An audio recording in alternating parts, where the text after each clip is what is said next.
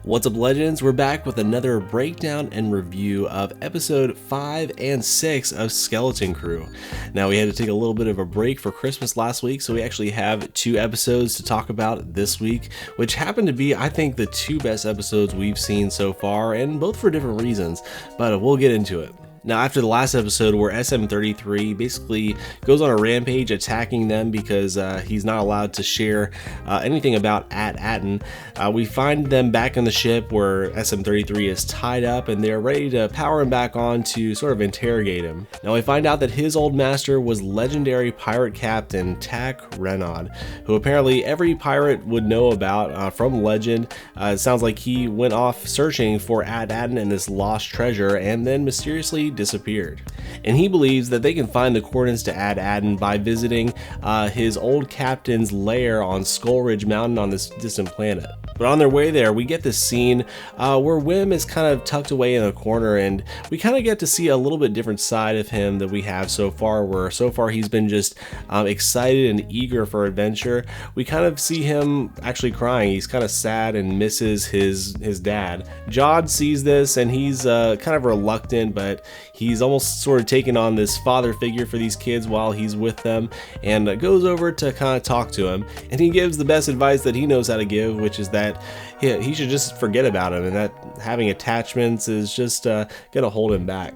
This is very interesting because we know that this is what the Jedi used to teach, that they should forego attachments, and it almost makes us think that maybe Jod was at one point a Padawan before Order 66. Either that, or I suspect that maybe he was mentored by someone who was previously a Jedi, and maybe he learned the ways but never actually learned the morals and values of a Jedi. And in this scene again, we actually see Jod move something seemingly with the Force. So we actually see a lot more of Jod using the Force in this episode, and it kind of confirms that it's not just trickery. He does seem to have some Force powers. Now, granted, so far we've really only seen him be able to levitate things. We've never seen him use any other Force powers like Force suggestion or Force choking or jumping extra high or anything like that. So it makes me think he has more of like a base level knowledge of the Force. So from here, they arrive at the planet Lanuba, where the Skull Ridge Mountain is located, and it turns out that it's actually been turned into a spa and resort. So they basically get in by disguising the kids, and Jod tries paying off the attendant to keep quiet. Now, one thing I'll say here that I really appreciate about this episode is I feel like the comedy is spot on. Now, Star Wars comedy, it's never like incredibly on the nose. Like, it's not like Marvel where everything is just completely subverting your expectations, which unfortunately we saw used in The Last Jedi. Like, that's not the kind of comedy that George Lucas utilized in Star Wars, but I feel like this episode perfectly utilized it in a lot of different ways. I love Jod's line where they confiscate his knife. He's like, oh, harmless little knife, strict but fair. And also little things like SM-33 just being agitated that they turned his master's lair into a spa and resort. You see the attendants kind of disgust as their ship pulls up to the spa. I felt like there were a lot of good moments like this in this episode, and again, it wasn't over the top. I feel like it was just right. Now, while they're getting checked into the resort, Jod runs into an old fling, a female bounty hunter named Pocket, but she calls him Dash Zenton, of course, one of his many aliases, and this could quite possibly be a nod to Dash Rendar. So Jod and the kids go to their room and check out the digs, and it's here where the kids are just acting like kids and jumping on the bed and wanting to go check out the buffet, while Jod is kind of, again, acting more like a father figure here, kind of being frustrated that they're not taking this more seriously, that a bounty hunter is after them. From here, they agree to split up and go searching for the entrance to the captain's lair.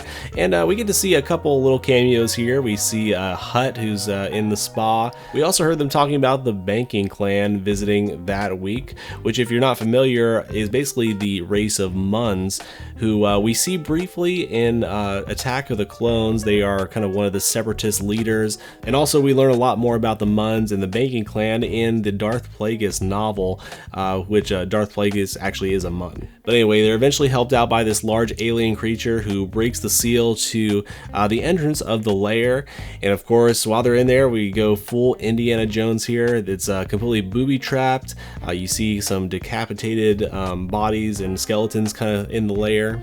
But one of the main booby traps is basically a pool of acid, which blocks the entrance to get down into the tunnel.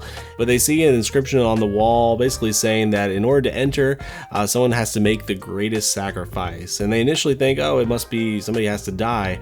But no, it turns out all they need to do is be willing to give up some of their treasure. So they throw in one of the Republic credits that Jod still had in his pocket, and the pool recedes and they're able to go through the tunnel. I personally love this. I'm a big fan of the Indiana Jones movies, and I'm pretty sure this almost could even be a reference to the Goonies as well. But yeah, I just love this. Now guys, real quick, if you're enjoying this review and breakdown so far, do me a favor and hit that like button and subscribe below. So they arrive at the innermost cavern, and to their surprise, it is just loaded with treasure. Now, of course, Jod tells them, don't touch anything. We're looking for something in particular. They're looking for the data port, which could contain the captain's log and the coordinates to At-Aten. It's not too long before they find a piece that is out of place, which basically opens up and is the data port for them to access the captain's log. We see a distorted hologram appear, and it's Captain Rennod, who confirms what I think maybe a lot of us have guessed up until this point, which is that At-Aten is actually a Old Republic mint, essentially a pirate's dream, the source of unlimited wealth. And what's interesting in this scene is that we do not get to see Captain Rennod's face, which could possibly mean that it's a character that we've met already. But what I suspect, in my theory, is that Captain Rennod is basically what we now know as the supervisor on At-Aten. We already know that his ship crash landed on the planet, and we have no confirmation that he has died at any point. So my belief is that he basically infiltrated the planet, maybe killed the existing supervisor, got control of all the droids, has basically been running things from there, and he's basically achieved the greatest treasure that any pirate could ask for. But that is totally just my theory. We'll have to keep watching future episodes to find out for sure. But with this new knowledge about At-Aten and the coordinates to the planet, Jod realizes he doesn't need the kids anymore, and he challenges Fern, the existing captain, to a duel to take over as captain himself. So he basically double crosses them. And quite honestly, I knew that this was going to happen at some point in this series, but for some reason it still took me by surprise in the way they did it. I don't know, I think I just assumed that they would at least get to the planet first, and the kids would follow along with him until then. And I don't know, up until this point, I feel like Jod has really built a lot of trust with them and trust with us, the watchers, as well. I don't know, for some reason it still caught me off guard in the way it happened. And it could also be just the way they portrayed it, because he basically tells Fern, yield so I don't have to hurt you. And she basically takes a swing at him and he blocks it with the force.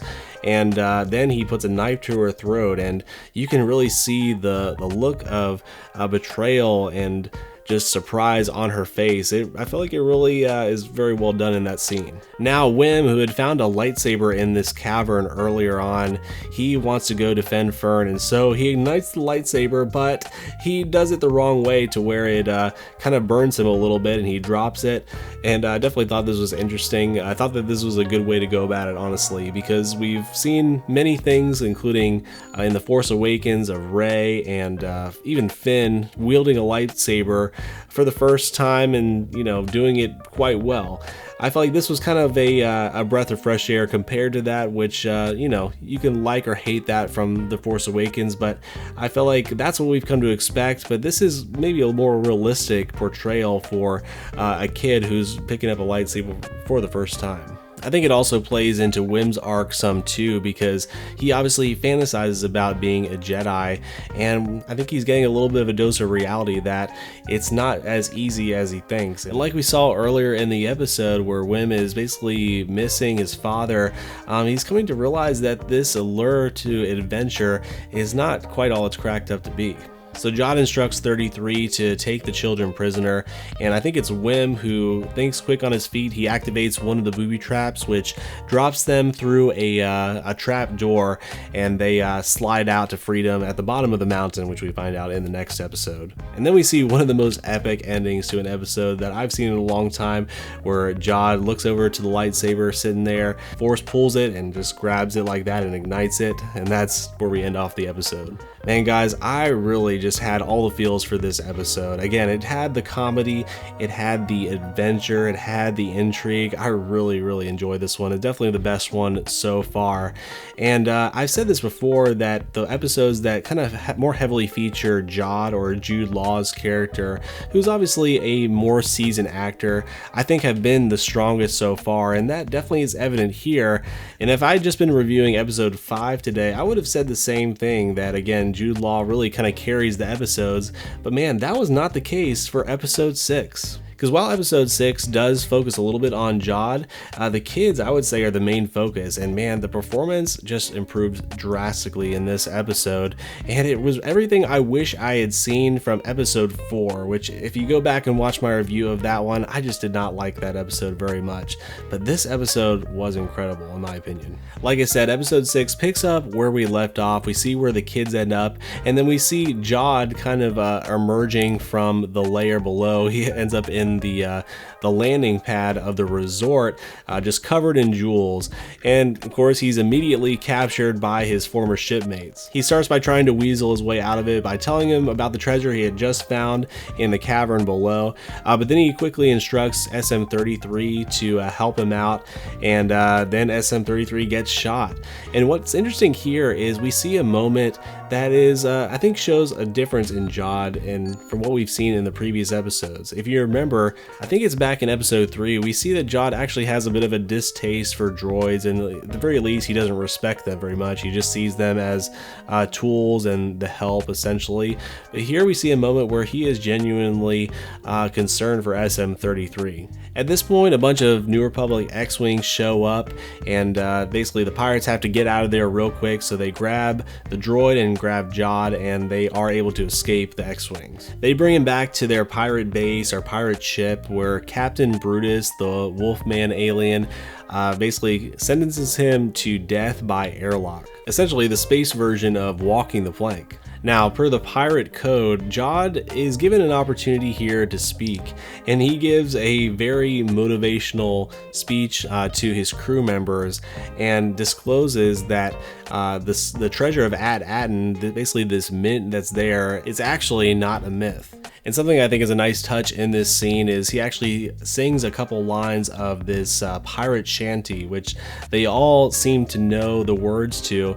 And it basically is the legend of Captain Rennod searching for At-Aten. And it kind of further confirms his story on top of showing them the pristine Old Republic credits. But going back to the speech he makes to his crewmates, he basically says, I've been hungry for the longest time, and so have all of you.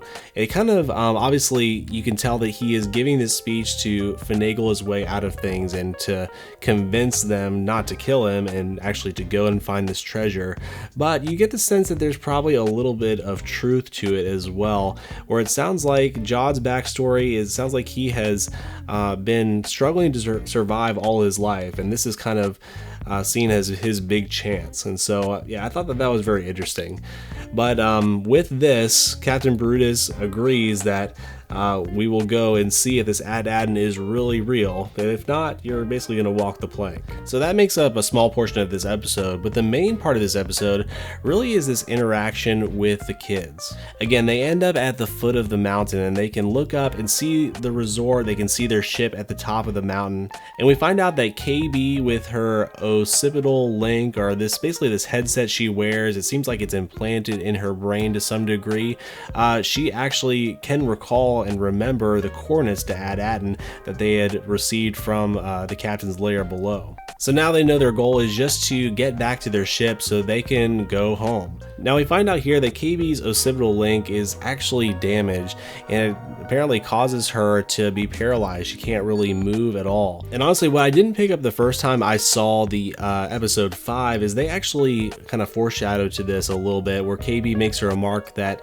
she can't go down to the down into the mud spa, down to the lair, and we don't know exactly why she says that, but this is apparently why, because she's worried that it's going to malfunction. I think we later learn that it's something something that actually needs to be maintained and maybe charged every once in a while or something like that. So like I said, the kids know they need to get back to their ship, but there's a difference in opinion about how to do that. Fern wants to basically scale the mountain to get to it, while Wim has the idea to go follow these trash crabs and find someone who can give them a better way to get there. Fern basically takes KB aside and is trying to kind of sway her to her opinion, and you can tell that KB is visibly upset at Fern for some reason, and Fern just doesn't seem to get it. And surprisingly, KB sides with Wim, and they end up splitting up. KB and Wim go off together, and Fern and Neil, they decide to go scale the cliff together. Now Wim, he perceives that KB just went off with him because she must be mad at Fern. She tells Wim that her ox are corroded. Basically the headset and that's tapped into her brain, I guess, is malfunctioning. It's not working anymore, and that Wim needs to help her fix it. We find out that KB has this headset and everything, is basically like a life-saving device because she had an accident a long time ago and has never been the same since. Meanwhile, Fern assumes that KB can just do everything like she could before and do everything alongside with Fern, but KB just says that she's not the same as she was before. She basically believes that Fern is very stuck in her way of thinking, and so she's afraid to tell her for that reason. And this is actually confirmed in a later scene where we see Fern with Neil, and basically Neil is kind of struggling to keep up with Fern while they're climbing this mountain, and Fern just is like, hey, this is easy, come on, let's go. And Neil's like, you know, not everybody can do this like you can. So KB is kind of afraid to tell Fern what is really going on because Fern is her only friend. But in a touching moment here, Wim reminds her that no, she's not your only friend. Me and Neil are also your friends now too.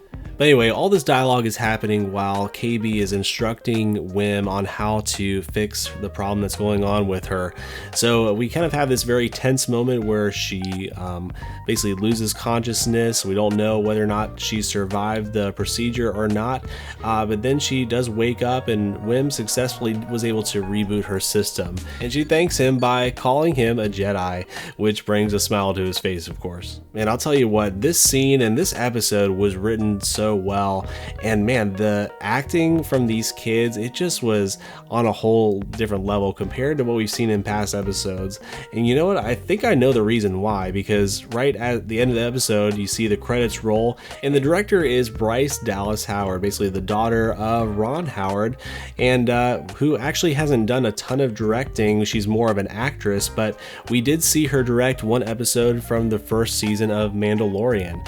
And I actually watched some of the behind the scenes of that, where she actually talks about, like, you know, I don't know as much about this directing stuff, only what I've seen my dad do, but I do know about characters. Essentially, her strength is directing the actors and helping them get their best performance out of them, and that's definitely the case for the kids in these scenes here. This is exactly what I was saying before, whereas episode 4 I get was meant to be more of a character development episode, but personally I felt like it was not done very well. But this is exactly what I wanted to see, and they executed on it very well. You saw a lot of character development happen just even in these small little scenes here.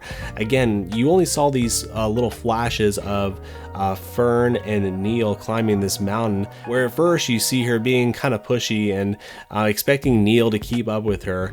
In the later scene, you actually see him with a rope tied around him, and she is actually pulling him up alongside with her. So she's actually kind of realizing that, you know, not everyone can do what she can do, but she can help him to do his best. I just love how they tied that up in a very simple but profound way in this really short episode. But anyway, Neil and Fern, they see their ship now being carried away basically over to the dump to be destroyed, and they're able to jump from the cliff onto their ship and able to start steering it. Where meanwhile, Wim and KB, they're actually being chased by this crab monster, and so they're able to go rescue them. The kids reunite, and Fern, of course, is relieved to see that her friend is okay. They both hug and make up. It's a really touching scene.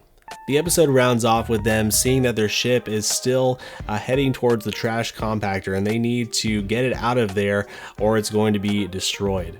This scene was really cool for me because where before we obviously saw that the kids were very green, they didn't know very much about outer space, didn't know how to fly a ship. Now just the little that they had learned from Jod, they're able to take up and pilot this ship. And not only that, but we also seeing them finally working together as a team.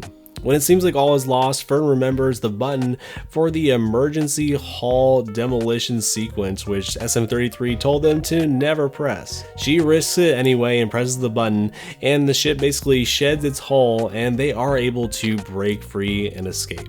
Now guys, like I said, I loved both of these episodes. I think they're the best yet, and for different reasons. The first one had a lot of the adventure and just the lightheartedness that I think we've come to love about this show, but then the second one I think really had that character development that was really needed, and I really loved seeing these child actors shine for the first time. But guys, I would love to hear what you thought of episode 5 and 6 of Skeleton Crew. Let me know that in the comments below. Please check out one of our other video reviews here on screen next. Like and subscribe to the video. And lastly, I want to let you know that no matter what you're going through, you are not alone. God is with you and He loves you, and we do too. I'll catch you next time.